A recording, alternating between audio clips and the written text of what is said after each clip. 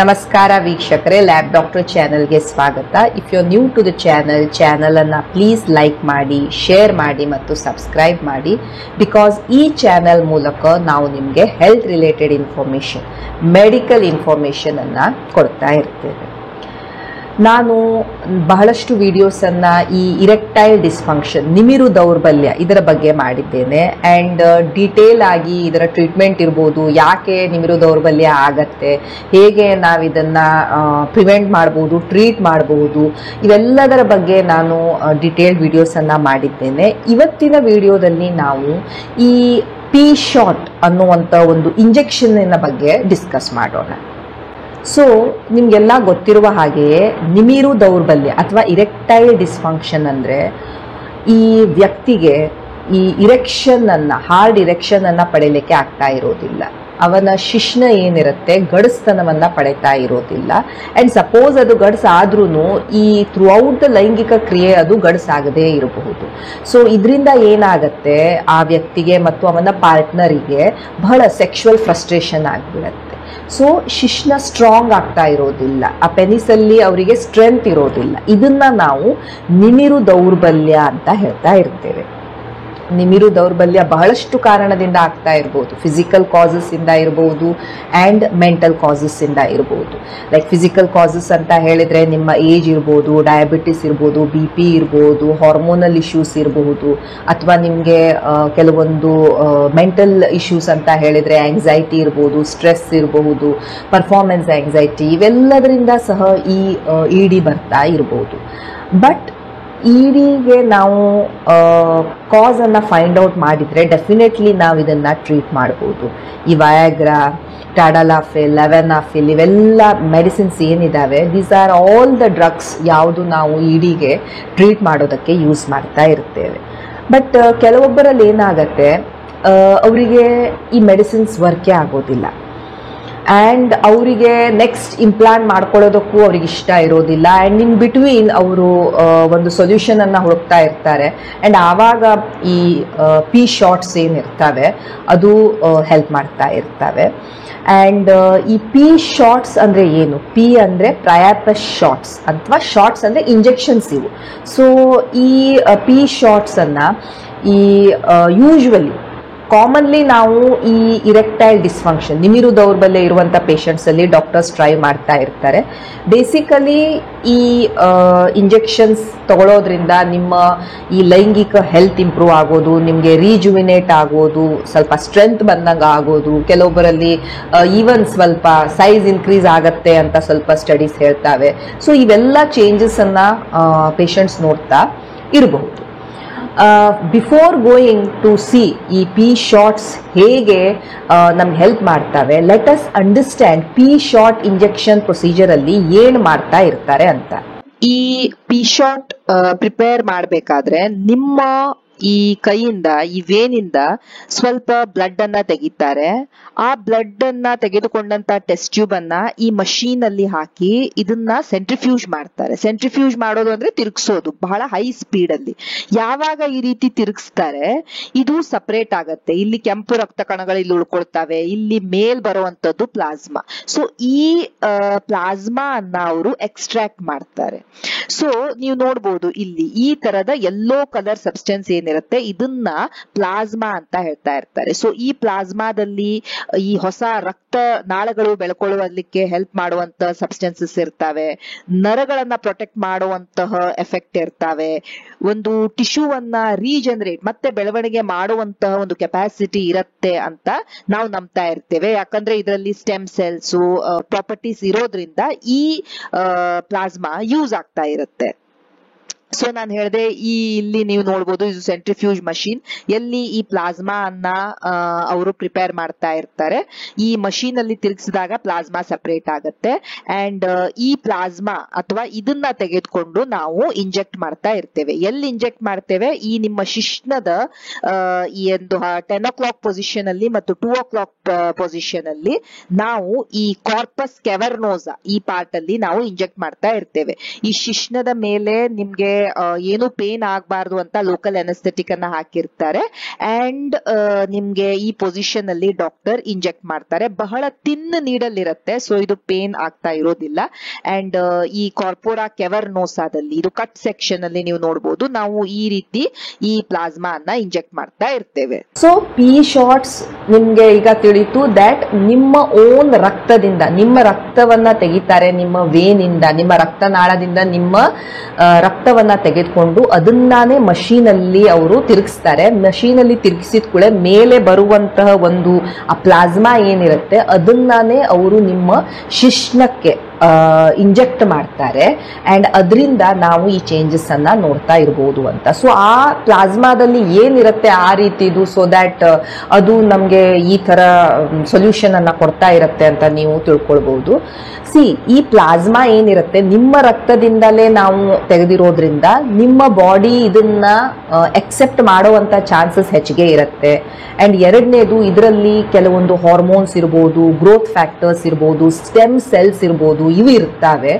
ಯಾವುದು ಈ ತರದ ಈ ಬೆಳವಣಿಗೆಗೆ ಅಥವಾ ರೀಜನರೇಷನ್ಗೆ ಹೆಲ್ಪ್ ಮಾಡ್ತಾವೆ, ಹೊಸ ರಕ್ತನಾಳಗಳನ್ನ ಬೆಳಿಲಿಕ್ಕೆ ಇವು ಹೆಲ್ಪ್ ಮಾಡ್ತಾ ಇರ್ತವೆ ಅಂತ ಸ್ಟಡೀಸ್ ಅಲ್ಲಿ ಪತ್ತೆ ಹಚ್ಕೊಂಡು ಈ ತರದ ಒಂದು ಶಾರ್ಟ್ಸ್ ಅನ್ನ ಡಾಕ್ಟರ್ಸ್ ಡಿಸೈನ್ ಮಾಡಿದ್ದಾರೆ. ಯಾವ್ಯಾವ ಕಂಡೀಷನ್ಸ್ ಅಲ್ಲಿ ಈ ಪಿ ಶಾರ್ಟ್ಸ್ ಅನ್ನ ಟ್ರೈ ಮಾಡ್ತಿರ್ತಾರೆ ನಾನು ಹೇಳಿದೆ. ಒಂದು, ಈ ಇರೆಕ್ಟೈಲ್ ಡಿಸ್ಫಂಕ್ಷನ್ ಅಥವಾ ನಿಮಿರು ದೌರ್ಬಲ್ಯದಲ್ಲಿ ಯೂಶುವಲಿ ಡಾಕ್ಟರ್ಸ್ ಇದನ್ನ ಸಜೆಸ್ಟ್ ಮಾಡ್ತಾ ಇರ್ತಾರೆ.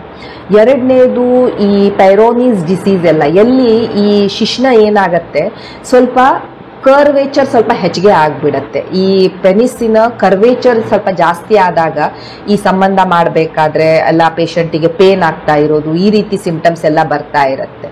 ಸೊ ಅಂತ ಕಂಡೀಷನ್ಸ್ ಅಲ್ಲಿ, ಎಸ್ಪೆಷಲಿ ಈ ಪೈರೋನೀಸ್ ಡಿಸೀಸ್ ಅಲ್ಲಿ ಯಾವಾಗ ಒಂದು ಫೈಬ್ರಸ್ ಟಿಶ್ಯೂ ಡೆವಲಪ್ ಆಗಿರುತ್ತೆ ಆ ಕಂಡೀಷನ್ಸ್ ಅಲ್ಲೆಲ್ಲ ಕೆಲವೊಮ್ಮೆ ಪಿ ಶಾರ್ಟ್ಸ್ ಕೊಟ್ಕೊಂಡು ಇದರಿಂದ ಅವರಿಗೆ ಇಂಪ್ರೂವ್ಮೆಂಟ್ ಕಾಣಬಹುದು ಅಂತ ಡಾಕ್ಟರ್ಸ್ ಇದನ್ನ ಟ್ರೈ ಮಾಡ್ತಾ ಇರ್ತಾರೆ. ಕೆಲವೊಂದು ಸಲ ಪೇಷಂಟ್ಸಿಗೆ ಏನೂ ಪ್ರಾಬ್ಲಮ್ ಇರೋದಿಲ್ಲ, ಜಸ್ಟ್ ಅವರಿಗೆ ಒಂದು ಸೆಕ್ಷುವಲ್ ಪ್ಲೆಜರ್ ಎನ್ಹಾನ್ಸ್ ಮಾಡಬೇಕು, ಅವರಿಗೆ ರೀಜುವಿನೇಟ್ ಆಗಬೇಕು, ಇನ್ನೂ ಒಂದು ಸ್ವಲ್ಪ ಸ್ಟ್ರೆಂತ್ ಬೇಕು ಅನ್ನುವಂಥ ಕೆಲವೊಬ್ಬರಿಗೆ ಫೀಲಿಂಗ್ ಇರುತ್ತೆ. ಅವರು ಸಹ ಕೆಲವೊಮ್ಮೆ ಈ ಪಿ ಶಾರ್ಟ್ಸ್ ಅನ್ನ ಟ್ರೈ ಮಾಡ್ತಾರೆ. ಯಾಕಂದ್ರೆ ನಾನು ಆಲ್ರೆಡಿ ಹೇಳಿದೆ, ಇದರಲ್ಲಿ ಹಾರ್ಮೋನ್ಸ್ ಇರ್ತವೆ, ಗ್ರೋತ್ ಫ್ಯಾಕ್ಟರ್ಸ್ ಇರ್ತವೆ, ಸ್ಟೆಮ್ ಸೆಲ್ಸ್ ಇರ್ತವೆ. ಸೊ ಇವು ನಿಮ್ಮ ಡೆವಲಪ್ಮೆಂಟ್ ಮಾಡೋದಕ್ಕೆ ಇವು ಹೆಲ್ಪ್ ಮಾಡ್ತಾ ಇರೋದ್ರಿಂದ ನಿಮ್ಗೆ ಇವು ಹೆಲ್ಪ್ ಆಗಬಹುದು ಅಂತ ಸ್ವಲ್ಪ ಜನ ಈ ರೀಜುವಿನೇಷನ್ ಸಲುವಾಗಿ ಈ ಪಿ ಶಾರ್ಟ್ಸ್ ತೆಗೆದುಕೊಳ್ತಾ ಇರ್ತಾರೆ. ಕೆಲವೊಮ್ಮೆ ಈ ಶಿಶ್ನದ ಸೈಜ್ ಸ್ವಲ್ಪ ಇನ್ಕ್ರೀಸ್ ಆಗತ್ತೆ, ಅದರ ಗರ್ತ್ ಅಥವಾ ಅಗಲ ಸ್ವಲ್ಪ ಹೆಚ್ಚಿಗೆ ಆಗಬಹುದು ಅಂತ ಕೆಲವೊಬ್ಬರು ಪಿ ಶಾರ್ಟ್ಸ್ ಅನ್ನ ತೆಗೆದುಕೊಳ್ತಾ ಇದ್ದಾರೆ. ಇದು ಸೈಂಟಿಫಿಕಲಿ ಇನಫ್ ಡಾಟಾ ಇಲ್ಲ ಎಲ್ಲಿ ನಾವು ಇದನ್ನ ಪ್ರೂವ್ ಮಾಡಬಹುದು. ಬಟ್ ಕೆಲವೊಂದು ಕಂಡೀಷನ್ಸ್ ಅಲ್ಲಿ ಪೇಷಂಟ್ಸ್ಗೆ ಅನ್ಸುತ್ತೆ ಅವರಿಗೆ ತಮ್ಮ ಈ ಸೈಜ್ ಇರ್ಬೋದು, ಇದರ ಗರ್ತ್ ಇರಬಹುದು ಇನ್ಕ್ರೀಸ್ ಆಗ್ತಾ ಅಂತ. ಸೊ ಆದ್ರಿಂದ ಅವರು ಈ ಶಾರ್ಟ್ಸ್ ಅನ್ನ ಸಹ ಟ್ರೈ ಮಾಡಿಕೊಂಡು ನೋಡಬಹುದು. ಈ ಪ್ರಿಮೆಚೂರ್ ಇಜಾಕ್ಯುಲೇಷನ್, ಶೀಘ್ರ ಸ್ಖಲನದಲ್ಲಿನೂ ಕೆಲವೊಂದ್ಸಲ ಡಾಕ್ಟರ್ಸ್ ಇದನ್ನ ಕೊಡಕ್ ಹೋಗ್ತಾರೆ. ಬಟ್ ನೆನ್ಪಿಟ್ಕೊಳ್ಳಿ, ಶೀಘ್ರ ಸ್ಖಲನದಲ್ಲಿ ಇದು ಆಲ್ ಬೈ ಇಟ್ ಸೆಲ್ಫ್ ಇದು ಆಕ್ಟ್ ಮಾಡಕ್ ಆಗೋದಿಲ್ಲ. ಯೂಶುವಲಿ ಶೀಘ್ರ ಸ್ಖಲನಕ್ಕೆ ಈ ಬೊಟಾಕ್ಸು, ಫಿಲ್ಲರ್ಸ್ ಇವು ಕೆಲಸ ಮಾಡ್ತಿರ್ತವೆ. ಬಟ್ ಬಿಕಾಸ್ ಈ ಪಿ ಶಾರ್ಟ್ಸ್ ಕೊಡೋದ್ರಿಂದ ಈ ಪೇಷಂಟಿಗೆ ಈ ನಿಮಿರು ದೌರ್ಬಲ್ಯ ಕಡಿಮೆ ಆಗ್ತಾ ಇರಬಹುದು. ಅಂಡ್ ಆಲ್ಸೋ ಈ ಪಿ ಶಾರ್ಟ್ಸ್ ಕೊಡೋದ್ರಿಂದ ಆ ಪೇಷಂಟಿನ ಈ ಶಿಶ್ನದ ಮುಂಭಾಗ ಗ್ಲಾನ್ಸ್ ಏನಾಗತ್ತೆ ಅದು ಸ್ವಲ್ಪ ಸ್ವೆಲ್ಲಿಂಗ್ ಆಗತ್ತೆ ಅಂಡ್ ಅದು ಸ್ವಲ್ಪ ಮಟ್ಟಿಗೆ ಈ ಸೆಮೆನ್ ಅನ್ನ ಹೋಲ್ಡ್ ಮಾಡಬಹುದು. ಆದ್ರಿಂದ ಇದು ಪ್ರಿಮೆಚೂರ್ ಇಜಾಕ್ಯುಲೇಷನ್ ಅಲ್ಲೂ ಸ್ವಲ್ಪ ಹೆಲ್ಪ್ ಮಾಡಬಹುದು ಅಂತ ಕೆಲವೊಂದು ಥಿಯರೀಸ್ ಹೇಳ್ತವೆ. ಬೇಸಿಕಲಿ ಇದು ಹೊಸ ರಕ್ತನಾಳಗಳನ್ನ ಅಲ್ಲಿ ಡೆವಲಪ್ ಮಾಡತ್ತೆ ಅಥವಾ ಈ ನರಗಳನ್ನ ನ್ಯೂರೋ ಡೆವಲಪ್ಮೆಂಟ್ ಅನ್ನ ಮಾಡ್ತಾ ಇರತ್ತೆ, ಗ್ರೋತ್ ಫ್ಯಾಕ್ಟರ್ಸ್ ಅನ್ನ ಕೊಡ್ತಾ ಇರುತ್ತೆ, ಹಾರ್ಮೋನ್ಸ್ ಅನ್ನ ಕೊಡ್ತಾ ಇರುತ್ತೆ, ಸ್ಟೆಮ್ ಸೆಲ್ಸ್ ಅನ್ನ ಕೊಡ್ತಾ ಇರುತ್ತೆ. ಯಾವುದು ಈ ಬೆಳವಣಿಗೆಗೆ ಅಥವಾ ಹೊಸ ರಕ್ತನಾಳಗಳ ಡೆವಲಪ್ಮೆಂಟ್ಗೆಲ್ಲ ಹೆಲ್ಪ್ ಮಾಡ್ತಾ ಇರ್ತವೆ.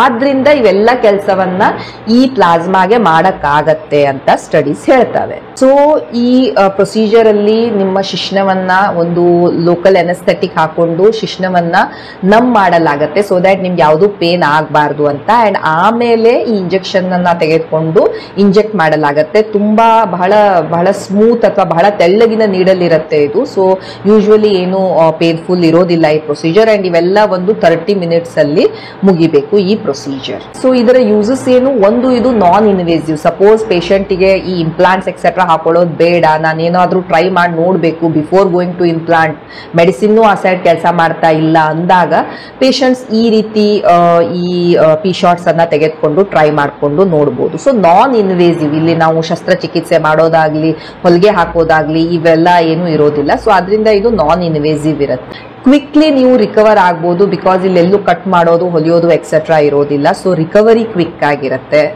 ಡಿಸ್ಕಂಫರ್ಟ್ ಏನಿರುತ್ತೆ ನಿಮ್ಗೆ ಅದು ಕಡಿಮೆ ಆಗುತ್ತೆ. ಅಂಡ್ ನಿಮ್ಮ ಓನ್ ರಕ್ತದಿಂದಾನೇ ನಾವು ಇದನ್ನ ನಿಮ್ಗೆ ಮಾಡಿ ಕೊಡೋದ್ರಿಂದ ನಿಮ್ಗೆ ಇದರ ಸೇಫ್ಟಿ ಇರುತ್ತೆ. ಸೊ ಇದನ್ನ ನಿಮ್ಮ ಬಾಡಿ ಯಾವುದೋ ಬೇರೆದು ಅಂತ ರಿಜೆಕ್ಟ್ ಮಾಡುವಂತ ಚಾನ್ಸಸ್ ಎಲ್ಲ ಬಹಳ ಕಡಿಮೆ ಇರುತ್ತೆ. ಸೊ ನಿಮ್ಮ ಈ ಶಿಶ್ನದಲ್ಲಿ ಗ್ರೋತ್ ಮಾಡ್ಲಿಕ್ಕೆ, ರಿಪೇರ್ ಮಾಡ್ಲಿಕ್ಕೆ ಹೆಲ್ಪ್ ಮಾಡ್ತಾ ಇರುತ್ತೆ. ಹೊಸ ರಕ್ತನಾಳಗಳು ಡೆವಲಪ್ ಮಾಡಕ್ ಹೆಲ್ಪ್ ಮಾಡೋದ್ರಿಂದ ನಿಮ್ಮ ಇರೆಕ್ಷನ್ ಅನ್ನ ಇದು ಇಂಪ್ರೂವ್ ಮಾಡಬಹುದು. ಆದ್ರಿಂದ ಈ ಇರೆಕ್ಷನ್ಸ್ ಏನು ವೀಕ್ ಆಗ್ತಾ ಇರ್ತವೆ ಅದು ಸಹ ಸ್ವಲ್ಪ ಸ್ಟ್ರಾಂಗ್ ಆಗಿ ಬರ್ತಾ ಇರಬಹುದು. ನಿಮ್ಮ ಸೆಕ್ಸುವಲ್ ಸ್ಟೆಮಿನಾ ಇಂಪ್ರೂವ್ ಆಗ್ಬಹುದು, ನಿಮ್ಗೆ ಹೆಲ್ದಿ ಫೀಲ್ ಆಗ್ಬಹುದು, ರೀಜುವಿನೇಟೆಡ್ ಫೀಲ್ ಆಗ್ಬಹುದು, ಸ್ವಲ್ಪ ಯಂಗ್ ಅಂತ ಫೀಲ್ ಆಗ್ತಾ ಇರಬಹುದು. ನಿಮ್ಮ ಕಾನ್ಫಿಡೆನ್ಸ್, ಸೆಕ್ಸುವಲ್ ಕಾನ್ಫಿಡೆನ್ಸ್ ಇದರಿಂದ ಸ್ವಲ್ಪ ಹೆಚ್ಚಿಗೆ ಆಗಬಹುದು. ಎಷ್ಟು ಇಂಜೆಕ್ಷನ್ಸ್ ಅನ್ನ ತೆಗೆದುಕೊಳ್ಬೇಕು? ಒಂದೇ ಇಂಜೆಕ್ಷನ್ ತೆಗೆದುಕೊಂಡ್ರೆ ಸಾಕ? ಎಷ್ಟು ಇಂಜೆಕ್ಷನ್ ತೆಗೆದುಕೊಳ್ಬೇಕಾಗತ್ತೆ ಅದು ಡಿಪೆಂಡ್ ಆಗತ್ತೆ ನೀವು ಯಾಕೆ ಇಂಜೆಕ್ಷನ್ಸ್ ಅನ್ನ ತೆಗೆದುಕೊಳ್ತಾ ಇದ್ದೀರಾ, ನಿಮ್ಗೆ ಆಲ್ರೆಡಿ ಏನ್ ರಿಸ್ಕ್ ಫ್ಯಾಕ್ಟರ್ಸ್ ಇದೆ, ಇವೆಲ್ಲದರ ಮೇಲೆ ಡಿಪೆಂಡ್ ಆಗ್ತಾ ಇರುತ್ತೆ. ಎಲ್ಲರಿಗೂ ಒಂದೇ ಡೋಸ್ ಆಫ್ ಇಂಜೆಕ್ಷನ್ ವರ್ಕ್ ಮಾಡದೇ ಇರಬಹುದು. ಕೆಲವೊಬ್ಬರಿಗೆ ಒಂದೇ ಒಂದು ಇಂಜೆಕ್ಷನ್ ಸಾಕಾಗಬಹುದು, ಕೆಲವೊಬ್ಬರಿಗೆ ಫ್ರೀಕ್ವೆಂಟ್ಲಿ ನಾವು ಇಂಜೆಕ್ಷನ್ಸ್ ಅನ್ನ ಕೊಡಬೇಕಾಗಿ ಬರ್ತಾ ಇರಬಹುದು. ಸೊ ಡಾಕ್ಟರ್ಸ್ ಏನ್ ಮಾಡ್ತಾರೆ, ಫಸ್ಟ್ ಒಂದು ಇನಿಷಿಯಲ್ ಟ್ರೀಟ್ಮೆಂಟ್ ಅಂತ ಕೊಡ್ತಾರೆ. ಅಂದ್ರೆ ಒಂದೆರಡು ಡೋಸಸ್ ಅನ್ನ ಕೊಡ್ತಾರೆ 1-2 ತಿಂಗಳದ ಗ್ಯಾಪ್ ಅಲ್ಲಿ. ಅಂಡ್ ಆಮೇಲೆ ಮೇಂಟೆನೆನ್ಸ್ ಶಾರ್ಟ್ಸ್ ಅಂತ ಹಾಕ್ತಾ ಇರ್ತಾರೆ. ಸೊ ಇನಿಷಿಯಲ್ ಅಲ್ಲಿ 1-2 ಶಾರ್ಟ್ಸ್ ಕೊಡ್ಬೋದು ನಿಮ್ಗೆ 1-2 ತಿಂಗಳ ಗ್ಯಾಪ್ ಅಲ್ಲಿ. ಅಂಡ್ ನೆಕ್ಸ್ಟ್ ಫಾಲೋ ಅಪ್ ಅಥವಾ ಮೇಂಟೆನೆನ್ಸ್ ಶಾರ್ಟ್ಸ್ ಅಂತ ಹಾಕ್ತಾ ಇರ್ಬೋದು. 6 ಮಂತ್ಸಿಗೊಮ್ಮೆನೋ 1 ವರ್ಷಕ್ಕೊಮ್ಮೆನೋ ಈ ತರ ಮೇಂಟೆನೆನ್ಸ್ ಶಾರ್ಟ್ಸ್ ಅನ್ನ ತೆಗೆದುಕೊಳ್ಳಿ ಅಂತ ನಿಮ್ ಡಾಕ್ಟರ್ ಹೇಳ್ತಾ ಇರಬಹುದು. ಬೇಸಿಕಲಿ ಇಂಡಿವಿಜುವಲ್ ರಿಕ್ವೈರ್ಮೆಂಟ್ ಹೇಗಿದೆ ಅದ್ರ ಮೇಲೆ ಇದು ಡಿಪೆಂಡ್ ಆಗ್ತಾ ಇರುತ್ತೆ. ಸೊ ಈ ಪಿ ಶಾರ್ಟ್ಸ್ ಇಂದ ಏನೇನ್ ಸೈಡ್ ಎಫೆಕ್ಟ್ಸ್ ಆಗ್ಬೋದು? ಇದು ಯೂಶುವಲಿ ಒಂದು ಸ್ಮಾಲ್ ಪ್ರೊಸೀಜರ್, ಇದರಲ್ಲಿ ಏನು ಮೇಜರ್ ಕಾಂಪ್ಲಿಕೇಶನ್ಸ್ ಆಗೋದಿಲ್ಲ. ಬಟ್ ಸಪೋಸ್ ಆಯ್ತಂದ್ರೂ ಬಿಕಾಸ್ ಆಫ್ ಇಂಜೆಕ್ಷನ್ ನಿಮ್ಗೆ ಸ್ವಲ್ಪ ನೋವು ಆಗ್ಬೋದು, ಸ್ವಲ್ಪ ಸ್ವೆಲ್ಲಿಂಗ್ ಬಂದಂಗ ಆಗ್ಬೋದು, ಕೆಲವೊಬ್ಬರಲ್ಲಿ ಇನ್ಫೆಕ್ಷನ್ಸ್ ಆಗ್ಬೋದು. ಸಪೋಸ್ ನಿಮ್ಗೆ ಇನ್ಫೆಕ್ಷನ್ ಆಗಿದೆ ಅಂಡ್ ಬಹಳ ದಿವಸದವರೆಗೆ ನಿಮ್ಗೆ ಪೇನ್ ಆಗ್ತಾ ಇದೆ, ಸ್ವೆಲ್ಲಿಂಗ್ ಬಂದಿದೆ ಅಂತ ಅಂದಾಗೆಲ್ಲ ನೀವು ಇಮಿಡಿಯೇಟ್ಲಿ ನಿಮ್ಮ ಡಾಕ್ಟರ್ ಅನ್ನ ಕನ್ಸಲ್ಟ್ ಮಾಡಬೇಕು. ಎಷ್ಟು ಕಾಸ್ಟ್ ಇರುತ್ತೆ injection? Cost of the injection also vary ಆಗುತ್ತೆ. ಡಿಪೆಂಡ್ಸ್ ನೀವು ಯಾವ ಊರಲ್ಲಿ ಇದ್ದೀರಾ, ಯಾವ ಟೈಪ್ ಆಫ್ ಕ್ಲಿನಿಕ್ ಇದೆ, ನಿಮ್ಮ ಡಾಕ್ಟರಿನ ಎಕ್ಸ್ಪರ್ಟೀಸ್ ಎಷ್ಟು, ಇವೆಲ್ಲದರ ಮೇಲೆ ಕಾಸ್ಟ್ ಡಿಪೆಂಡ್ ಆಗ್ತಾ ಇರುತ್ತೆ. ಬಟ್ ಒಂದು ಟೆಂಟೇಟಿವ್ಲಿ ಒಂದು ಇಂಜೆಕ್ಷನ್ ಕಾಸ್ಟ್ 10,000ದಿಂದ 25-30 ಸಾವಿರ ತನಕ ಹೋಗ್ತಾ ಇರಬಹುದು. ಬಟ್ ನೆನ್ಪಿಟ್ಕೊಳ್ಳಿ, ನೀವು ಈ ಇಂಜೆಕ್ಷನ್ಸ್ ಅನ್ನ ತೆಗೆದುಕೊಳ್ಳಲಿಕ್ಕೆ ಹೋಗ್ತಾ ಇದ್ದೀರಾ ಅಂದಾಗ ನೀವು ರಿಯಲಿಸ್ಟಿಕ್ ಎಕ್ಸ್ಪೆಕ್ಟೇಷನ್ ಅನ್ನ ಇಟ್ಕೊಳ್ಬೇಕು. ನನ್ಗೆ ಇಂಜೆಕ್ಷನ್ ತಗೊಂಡೆ 20,000 ಖರ್ಚು ಮಾಡ್ಕೊಂಡು 5 ಇಂಜೆಕ್ಷನ್ ಕೊಟ್ರು, ಬಟ್ ನನ್ಗೇನು ಉಪಯೋಗನೇ ಆಗ್ಲಿಲ್ಲ ಅಂತ ಬಹಳಷ್ಟು ಜನ ಕ್ರಿಬ್ ಮಾಡ್ತಾ ಇರ್ತಾರೆ. ಇವೆಲ್ಲ ಇಂಜೆಕ್ಷನ್ಸ್ ಏನಿರ್ತವೆ ಇವುಗಳನ್ನ ಸ್ಟಡಿ ಮಾಡಿಕೊಂಡು ಈ ರೀತಿಯ ಇದರಲ್ಲಿ ಕಾಂಪೋನೆಂಟ್ಸ್ ಇರ್ತವೆ, ಹೇಗೆ ಹೆಲ್ಪ್ ಮಾಡ್ತವೆ ಅಂತ ಇವೆಲ್ಲ ಒಂದು ಸೈಂಟಿಫಿಕಲಿ ಸ್ಟಡಿ ಮಾಡಿಕೊಂಡು ಡಾಕ್ಟರ್ಸ್ ಇಂಜೆಕ್ಷನ್ಸ್ ಅನ್ನ ಮಾಡ್ತಾ ಇರ್ತಾರೆ. ಕೆಲವೊಬ್ಬರಲ್ಲಿ ಇದು ಕೆಲಸ ಮಾಡಬಹುದು, ಕೆಲವೊಬ್ಬರಲ್ಲಿ ಇದು ಕೆಲಸ ಮಾಡದೇ ಇರಬಹುದು. ಸೊ ನಿಮ್ಗೆ ಇಂಜೆಕ್ಷನ್ ತಗೊಂಡ್ ಮಾತ್ರಕ್ಕೆ ಅದು 100% ನಿಮ್ಗೆ ವರ್ಕ್ ಆಗಬೇಕು ಅಂತ ಯಾವುದೇ ನೆಸೆಸಿಟಿ ಇಲ್ಲ. ಸೊ ನಿಮ್ಮ ಬಾಡಿ ಅದಕ್ಕೆ ಹೇಗೆ ರಿಸ್ಪಾಂಡ್ ಮಾಡುತ್ತೆ ಅದು ಸಹ ಇಂಪಾರ್ಟೆಂಟ್ ಇರುತ್ತೆ. ಜಸ್ಟ್ ಬಿಕಾಸ್ ನೀವು ಅಷ್ಟು ಖರ್ಚು ಮಾಡ್ಕೊಂಡು ಇಂಜೆಕ್ಷನ್ ತಗೊಂಡ್ರಿ, ದಟ್ ಡಸಂಟ್ ಮೀನ್ ದಟ್ ನಿಮ್ಗೆ ಆ ಇಂಜೆಕ್ಷನ್ 100% ಕೆಲಸ ಮಾಡಬೇಕು ಅಂತ. ಸೊ ನೀವು ಏನು ಯಾವಾಗ ಇಂಜೆಕ್ಷನ್ ತಗೊಳ್ಳೋದನ್ನ ಡಿಸೈಡ್ ಮಾಡ್ತೀರಿ, ರಿಯಲಿಸ್ಟಿಕ್ ಎಕ್ಸ್ಪೆಕ್ಟೇಷನ್ ಇಟ್ಕೊಂಡು ಹೋಗಿ, ನಿಮ್ಮ ಡಾಕ್ಟರ್ ಜೊತೆ ಸರಿಯಾಗಿ ಡಿಸ್ಕಸ್ ಮಾಡ್ಕೊಳ್ಳಿ ಅಂಡ್ ಅದಾದ್ಮೇಲೆ ನೀವು ಮುಂದುವರಿಯಿರಿ. ಎರಡನೇದು, ನೀವು ಇಂಜೆಕ್ಷನ್ಸ್ ಅನ್ನ ತೆಗೆದುಕೊಳ್ತಾ ಇರ್ತೀರಾ, ಬಟ್ ನೀವು ಸ್ಮೋಕಿಂಗ್ ಮಾಡ್ತಾನೆ ಇದ್ದೀರಾ, ಆಲ್ಕೋಹಾಲ್ ಕುಡಿತಾನೆ ಇದ್ದೀರಾ, ನಿಮ್ಮ ಬೊಜ್ಜು ದಿವಸಕ್ಕೆ ಹೆಚ್ಚಿಗೆ ಆಗ್ತಾನೆ ಇದೆ, ಊಟ ತಿಂಡಿಯಲ್ಲಿ ಏನೂ ಚೇಂಜಸ್ ಇಲ್ಲ, ಎಕ್ಸಸೈಸ್ ಮಾಡ್ತಾ ಇಲ್ಲ, ಈ ತರ ನಿಮ್ಮ ಲೈಫ್ ಸ್ಟೈಲ್ ಅಲ್ಲಿ ಏನು ಚೇಂಜಸ್ ಇಲ್ಲ ಅಂಡ್ ನೀವು ಮೇಲಿಂದ ಮೇಲೆ ಇಂಜೆಕ್ಷನ್ ತಗೊಂಡು ನನಗಿದ್ ಕೆಲಸ ಆಗ್ಲಿಲ್ಲ ಅಂತ ಹೇಳಿದಾಗ್ಲೂ ಇದು ಏನು ಉಪಯೋಗವಾಗೋದಿಲ್ಲ. ಇವೆಲ್ಲ ಏನು ನಿಮ್ಗೆ ಒಂದು ಸಪೋರ್ಟ್ ಮಾಡಕ್ಕೆ, ನಿಮ್ಮ ಸಿಸ್ಟಮ್ ಅನ್ನ ಸ್ಟಿಮ್ಯುಲೇಟ್ ಮಾಡಕ್ಕೆ ಇರುವಂತಹ ಒಂದು ಇಂಜೆಕ್ಷನ್ಸ್ಗಳು. ಬೇಸಿಕಲಿ ಎಲ್ಲಿಯವರೆಗೆ ನೀವು ನಿಮ್ಮ ಲೈಫ್ ಸ್ಟೈಲ್ ಅನ್ನ ಚೇಂಜ್ ಮಾಡೋದಿಲ್ಲ, ನಿಮ್ಮ ಶುಗರ್ ಅನ್ನ ಕಂಟ್ರೋಲ್ ಮಾಡ್ಕೊಳ್ಳೋದಿಲ್ಲ, ನಿಮ್ಮ ಥೈರಾಯ್ಡ್ ಅನ್ನ ಟ್ರೀಟ್ ಮಾಡ್ಕೊಳ್ಳೋದಿಲ್ಲ, ನಿಮ್ಮ ಸ್ಟ್ರೆಸ್ ಅನ್ನ ಮ್ಯಾನೇಜ್ ಮಾಡೋದಿಲ್ಲ, ನಿಮ್ಮ ಬೊಜ್ಜನ್ನ ಕರಗಿಸೋದಿಲ್ಲ, ನಿಮ್ಮ ಆಹಾರ ಪದ್ಧತಿಯಲ್ಲಿ ಚೇಂಜ್ ಮಾಡೋದಿಲ್ಲ, ಇವೆಲ್ಲ ಅಷ್ಟು ಇಫೆಕ್ಟಿವ್ಲಿ ಕೆಲಸ ಮಾಡೋಕ್ಕೆ ಆಗೋದಿಲ್ಲ. ಸೊ ಮೇನ್ ಅಂದರೆ ನೀವು ನಿಮ್ಮ ಲೈಫ್ ಸ್ಟೈಲನ್ನು ಸಹ ಚೇಂಜ್ ಮಾಡ್ತಾ ಇರಬೇಕು. ಅಲಾಂಗ್ ವಿತ್ ದ್ಯಾಟ್ ನೀವು ಇವುಗಳನ್ನು ಟ್ರೈ ಮಾಡ್ಬೋದು, ಸೊ ದ್ಯಾಟ್ ನಿಮ್ಮ ಪರ್ಫಾರ್ಮೆನ್ಸನ್ನು ಇವು ಇಂಪ್ರೂವ್ ಮಾಡಲಿಕ್ಕೆ ಹೆಲ್ಪ್ ಮಾಡ್ಬೋದು. So that was all about P-Shots. Thank you so much for watching the video. Please like, share and subscribe the channel. Thank you.